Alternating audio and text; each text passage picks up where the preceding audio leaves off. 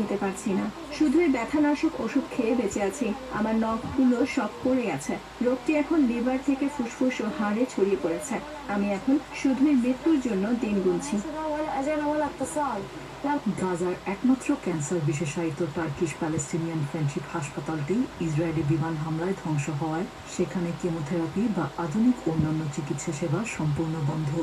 যুদ্ধপূর্ব সময়ের তুলনায় বর্তমানে 2 থেকে 3 গুণ বেশি ক্যান্সার রোগী মারা যাচ্ছেন। ইসরায়েলি হামলায় আল শিফা হাসপাতালের এমআরআই ও পরীক্ষা কেন্দ্রগুলো ধ্বংস হয়ে যাওয়ায় নতুন করে রোগীদের ক্যান্সার নির্ণয় করা বা রোগের বর্তমান অবস্থা জানা অসম্ভব হয়ে পড়েছে। কেমোথেরাপি রোগী ও চিকিৎসা কেন্দ্রগুলো ধ্বংস হওয়ায় আমরা প্রতিদিন গড়ে 3 থেকে 5 জন ক্যান্সার রোগীর মৃত্যু রেকর্ড করছি। আমাদের তালিকায় 5000-এর বেশি নিবন্ধিত রোগী রয়েছে, যারা বিদেশে জরুরি চিকিৎসার অপেক্ষায় দিন গুনছেন।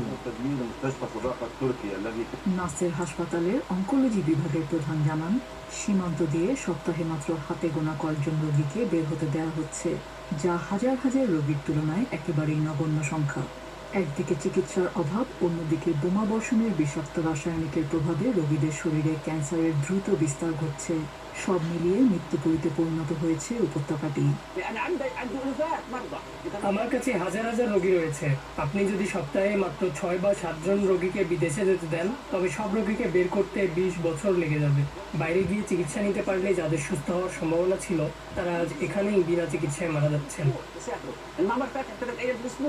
আন্তর্জাতিক সংস্থাগুলোর আহ্বান সত্ত্বেও সীমান্ত অবরোধ ও পর্যাপ্ত চিকিৎসার অভাবে গাজার হাজার হাজার ক্যান্সার রোগীর জীবন এখন চরম ঝুঁকিতে। নিজে জানি, TVN24 নিউজ ডেস্ক।